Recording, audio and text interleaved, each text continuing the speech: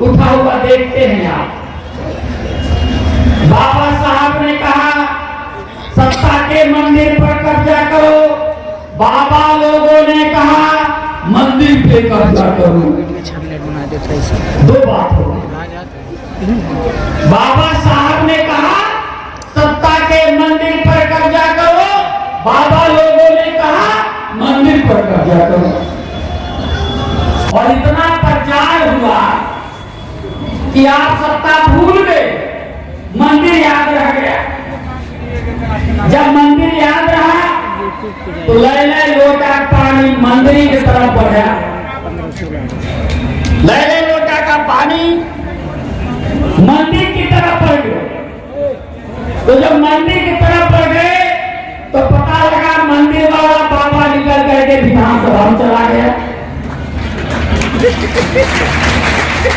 गया नहीं।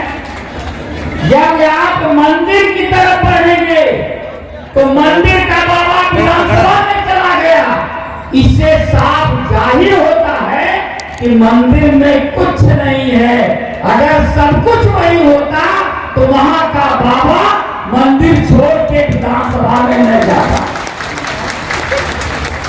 इसलिए हम कहेंगे पीछे मुड़।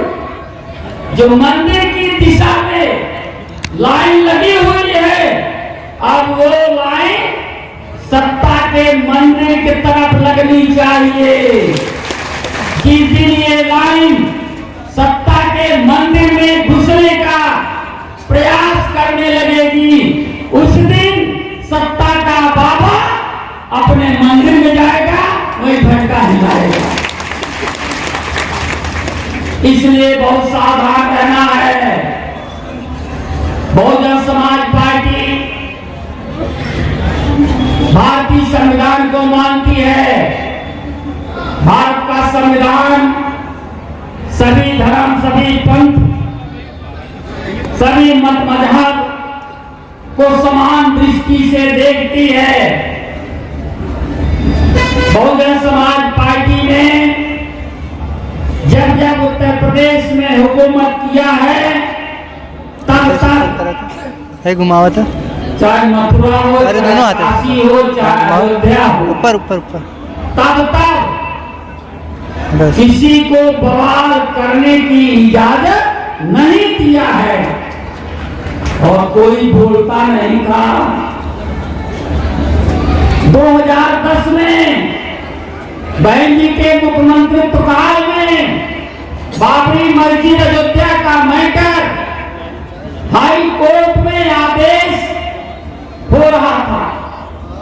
अधिकारियों ने बहन जी से कहा कि बहन जी उत्तर प्रदेश में उस दिन छुट्टी कर दिया जाए, स्कूल कॉलेज ऑफिस सब बंद कर दिया जाए क्योंकि बवाल हो जाएगा। बहन जी ने कहा स्कूल ऑफिस कॉलेज सब खुले रहेंगे।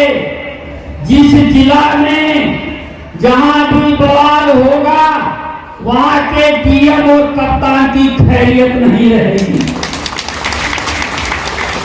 और डीएम और कप्तान पीएसी लेके फ्लैग मार्च करते थे और जो जानते थे कौन कौन बवाली लोग हैं, उन लोगों के घर पे सूचना भिजवा दिया कि बेटा अगर बवाल किए तो इतना लाल होगा तो बंदा और तुम्हारे में कोई अंतर नहीं दिखाई देगा।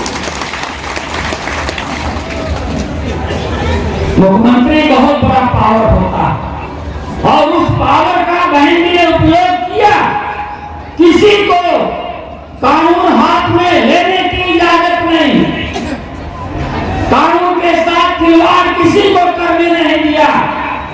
और आज हमारे नेता ने सभी धर्म के लोगों का स्वागत किया है। अयोध्या जो मंदिर बनाए हमें क्या फर्क पड़ता है। और इस देश में बहुत करोड़ों देवी देवता, लेकिन जब हमारे माँ बहनों की इज्जत लूटी जा रही थी कोई देवता खड़ा नहीं हुआ। हमारे लोगों को स्कूल से भगा दिया जाता था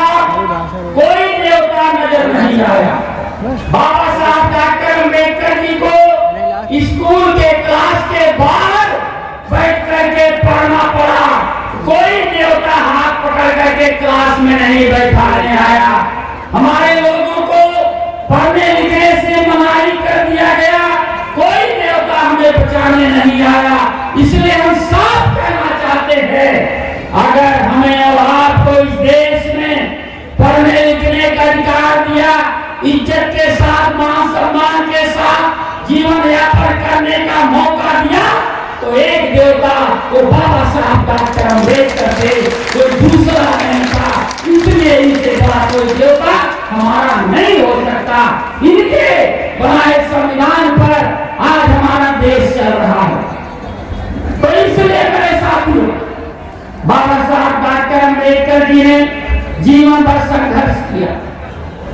बाबा साहब डॉक्टर अम्बेडकर जी के संघर्ष के बदौलत 1935 में सेकंड इंडिया एक्ट बना, जिस एक्ट के तहत इस देश के शूद्रों को नौकरी करने का मौका मिला।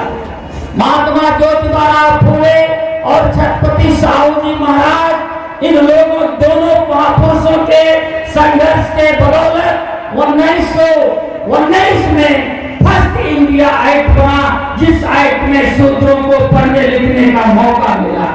तो हमारे चाहे महात्मा ज्योतिबा फुले हो, चाहे साहू जी महाराज हो, चाहे नारायण गुरु हो, चाहे पेरियार रामास्वामी नायकर हो, चाहे बाबा साहब डॉक्टर अम्बेडकर हो, चाहे मानव श्री कांशीराम साहब हो, हम इनकी विचारधारा को लेकर के आगे बढ़ने का काम करते हैं। मानव कांशीराम साहब ने 120 महापुरुषों का इतिहास बताने का काम किया है। मेरा बड़ा सौभाग्य, जब मैं 96 में लोकसभा का मेंबर था, तो मानव कांशीराम साहब पंजाब के होशियारपुर से मेंबर पार्लियामेंट चुन करके आए थे। लोकसभा में हमारे वो नेता थे। जब मानव कांशीराम साहब राज्यसभा के मेंबर थे, तो मैं राज्यसभा का भी मेंबर था, और राज्यसभा में मानव कांशीराम साहब हमारे नेता थे।